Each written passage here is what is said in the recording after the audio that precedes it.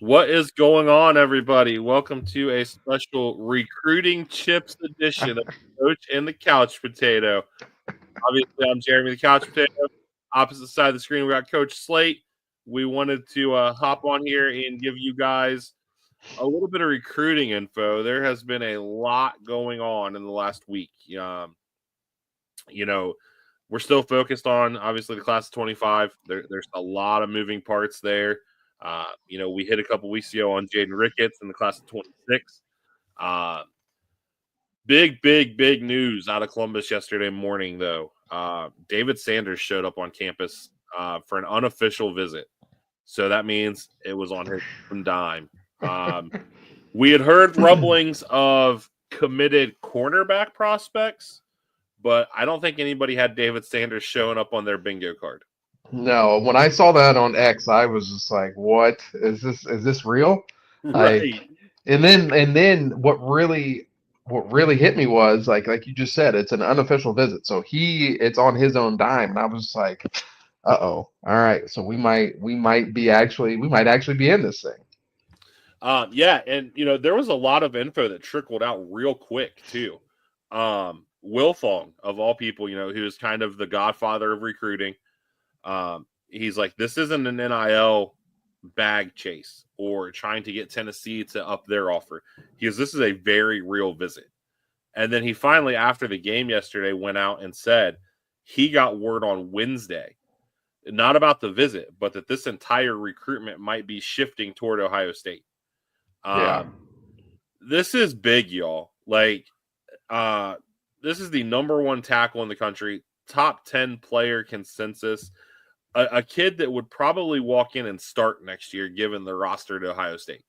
yeah, yeah. I mean, if Jimmy Simmons goes to the league like we all anticipate him doing, especially coming off a torn ACL, you're talking about maybe Zen Mikulski coming back, and then you got the Armstrong twins, and you've got a few other guys on the roster that would be able to battle that are going to be good linemen for us. But David Sanders is one of those kids like you were seeing with Jordan Seaton at Colorado, like we saw with Caden Proctor last year under Coach Saban, like that has the potential to come in and start from day one, right? And so, if you can get that type of player, especially given where the offensive line recruiting has been. I think Coach Fry's done a great job this year developing, and I think that's a part of this too. I think David Sanders kind of sees that, like, okay, Coach Fry is actually shuffling through this offensive line, and they're still got two running backs who have 900 scrimmage yards like a piece, and so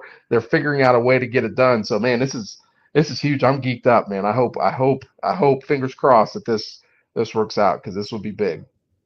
Yeah, and it sounds like the Tennessee folks are nervous. Yeah. Um, staying with the 25 class, we've made no bones that they want three corners. Yep. Um, Obviously, Naeem offered. Who knows what's going to happen? Um, if Naeem Offord shows up Saturday like he is supposed to, then I think he stays. Yeah. If Naeem Offord doesn't show up Saturday, he gone. Yeah. There's no other way around it. Jordan Woods, we've talked about him, just in passing. He's from Georgia, committed to Cincy right now. Yep. Wilfong says he's in if Ohio State accepts his commitment. Yep. I know you've watched a little bit of him and you like what you see. Dude, I love the kid, man. I think he's an underrated player. I think, anytime, and this is something that I've been a huge advocate for. You look back to Bradley Roby, right? When he was at Georgia, not the highest rated recruit. But look at what he became for us at Ohio State. You look at Damon Arnett, not the highest rated recruit, but look what he became for us. I think when you go to the South, there's such an abundance of talent that some people often just get overlooked. And so if you're able to get those guys from the South, from Georgia, from Florida on campus that are these lower rated, 3-star prospects that have all the intangibles. I mean, Jordan Woods is legitimately 6'3", and you're talking about coupling him potentially with Devin Sanchez, who's also 6'3", and has all this athletic ability. I mean, these are the type of kids that come in with a chip on their shoulder to prove everybody in SEC country wrong because they overlooked you. And so, like, this is the type of kid that I would love to have on this roster. And like you said, with Naeem Alford, listen, good, bad, or indifferent. If he decides to go somewhere else, hey, more power to you, man. You got to do what's best for you and your family. Um, it's just one of those recruitments, man. Like you said, if he comes to campus, I think we get him, but I don't think he's going to show up. That's just me personally. Given everything that's going on around him, all the money that's being thrown at him, I just don't foresee it. And so, if we can get a guy like Jordan Woods, or the next guy we'll probably talk about, an Aiden West, who officially got offered today, Yep. I think, I think you can't go wrong with either one of those guys. Yeah, so obviously, speaking of Aiden West, he was the secret committed corner visit. Sounds like Ohio State's really ramped up contact with him in like the last month. Currently committed to Michigan State. Maryland kid, so that DMV area we talk about all the time. Not a big time recruit, but I know you dove into him today. He's 6 foot 184 and a 3-star. But you texted me at like 10 a.m. this morning that this kid's a dog. Dude, that's the first thing that jumped off at the screen at me. Like Jordan Woods, I think he's really good, but when you watch his film, you just see all the intangibles. And he's 6'4", 6'3", the length. This kid, Aiden West, is 6 foot tall, 180 pounds. And the first thing that you notice on film is he is aggressive and he is a dog. And I think, with the emergence of somebody like IGB for us, he falls in that realm. Super physical, super aggressive, not afraid to come up and hit you, got phenomenal ball skills. I mean, this kid is, again, from the DMV, a ton of talent. I don't know how he's gotten overlooked. Obviously, he's going to Michigan State. Michigan State's not a terrible program. They've always had some pretty decent DBs. But again, this is another kid, man. If Naeem Alford does not come here, you're talking about having two potential guys in Jordan Woods and Aiden West that are going to be good Buckeyes. I mean, really good Buckeyes, in my opinion, just based on the film that I've watched. The one thing, too, that this really makes me think of is that, they're going from Naeem Alford, if he does not end up committing, to these lower-rated 3-stars. Now you're looking at true roster management. You're looking at true, general manager mode from Mark Pantoni, true general manager mode from Ryan Day, salary caps, where can we spend our money? Okay, if we're not going to get Naeem Alford, then we maybe allocate some more money to a David Sanders. Maybe we allocate some more money to a Devin Sanchez, because he's stuck with his commitment. And now we can go get these lower rated guys who have all these intangibles. And so recruiting, man, has just gotten so crazy with NIL. And it's just like you can really see the Buckeyes kind of shift their mindset into that roster management mode. But Aiden West, he's really good. Before we dive into some more 25 stuff, just real, 27 is so far out. We talked about 26 being far out with Jaden Ricketts and Chris Henry Jr. Which, speaking of Chris Henry Jr., there's a lot of Oregon smoke out there. Berm has basically said this is going to mirror the Jeremiah Smith recruitment, that as long as Ryan Day and Brian Hartline are at Ohio State, he's going to flirt with other teams, but he's going to end up in Columbus. Yeah. Right after, actually during the game yesterday. And the only reason, I really even want to dive into this real quick, being a 27 kid, is because he's an Ohio kid. To get an Ohio kid that early, let alone a really, really, really good Ohio kid, those are the commits that normally stick. Yeah. Class of 27 wide receiver Jameer Brown from Huber Heights, Wayne. Yes, you've heard of it. Home of Braxton Miller. 5-star wide receiver, number 6 overall prospect in the country, number 2 wideout in the nation, and the number 1 player in the state of Ohio. 5'11", 160. He's only a sophomore, so I'm going to guess he probably hits 6 foot or taller by the time he gets here. Yeah. Biggest thing that stands out about this kid is speed. He's a burner. He is 4.31 burner. 40, and I'm pretty sure that was an electronically clocked 4.31. Yeah. Yeah, he is a burner. So I had an opportunity last year when he was a sophomore. So last year he's a freshman.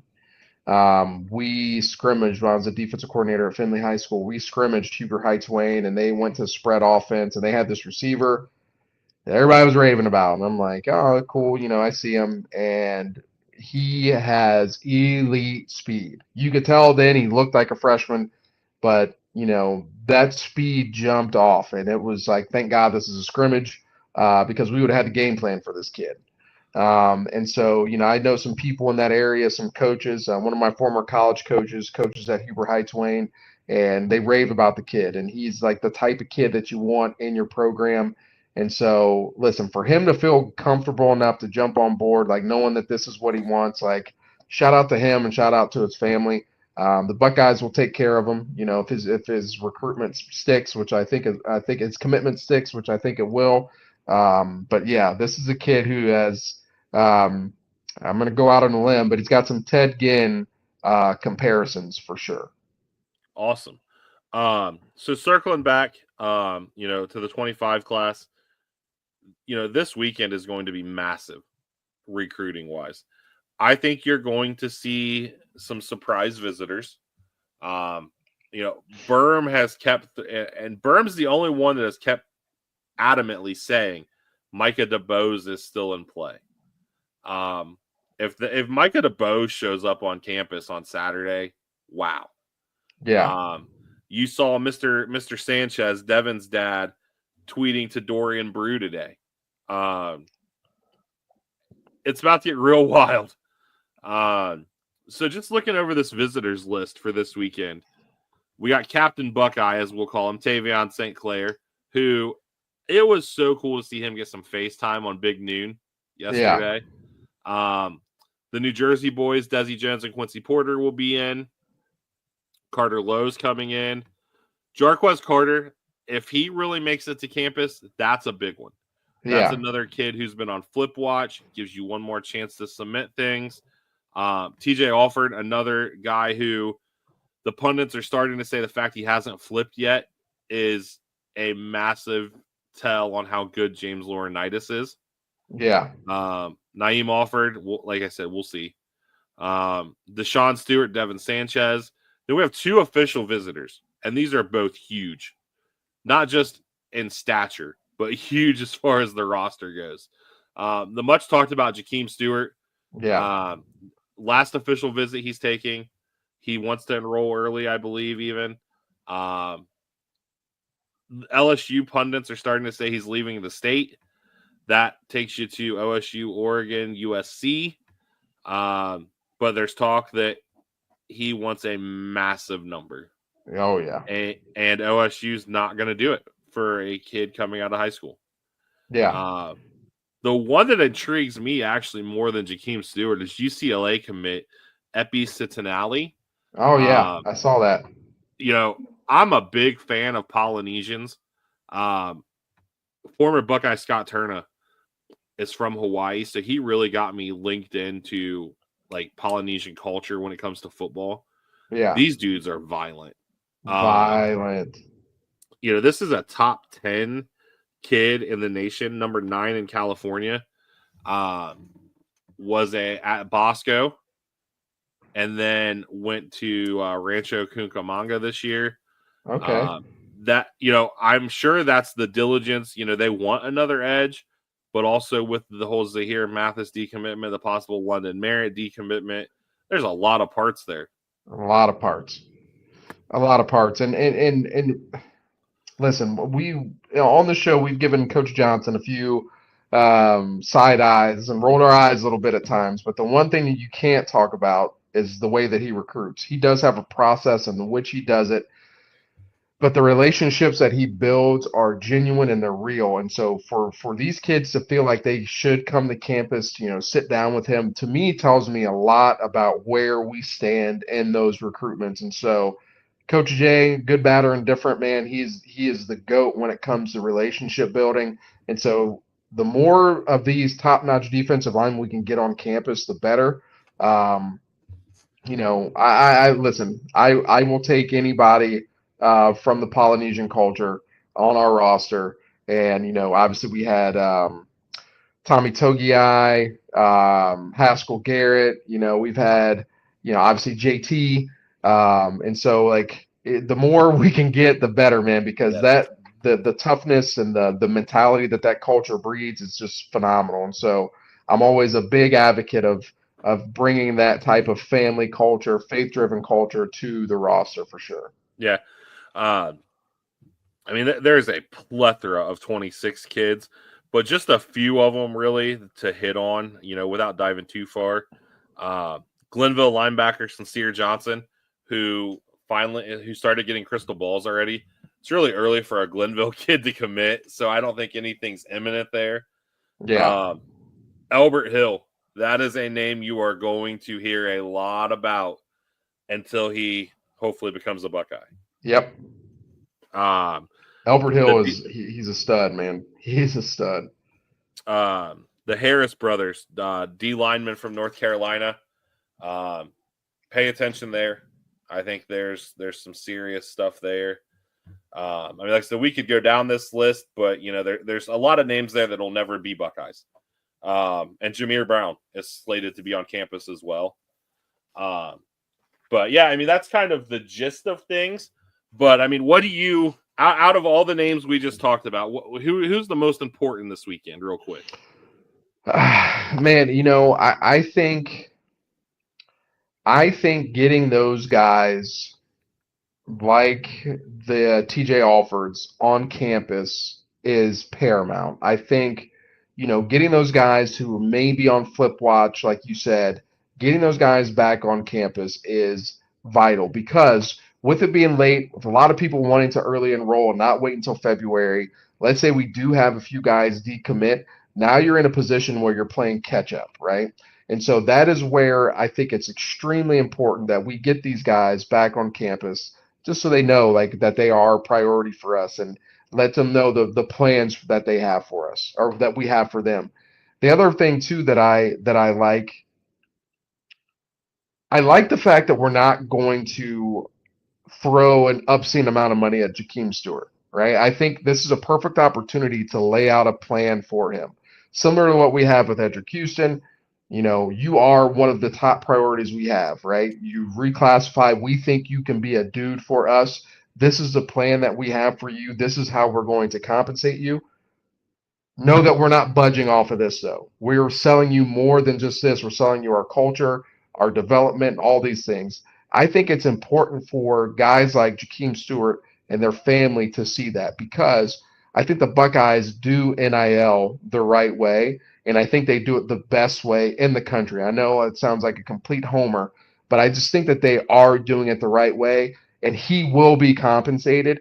And so I think he is a very important recruit because I think he's a generational type player. I think he has the potential to be, an impact player in his sophomore season at Ohio State or wherever he ends up. And so I think, getting those guys that are committed on campus is huge. And then obviously Jakeem Stewart, he's a dog, man. He's just so good. And I know he wants a lot of money, but man, if we could figure out a way to make that work, that'd be top notch. Yeah, absolutely. I'm so curious to see what happens with Naeem Alford. Yeah. You know, I really don't think he's playing the game. I think the kid's legitimately torn.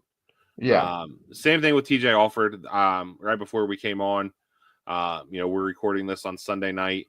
So there might be things change before you guys hear this too. But Alford did an interview and, he basically said, right now I'm still locked into Ohio State, but it's a South Florida kid. He's getting pulled every direction from everybody in Florida telling him to stay home.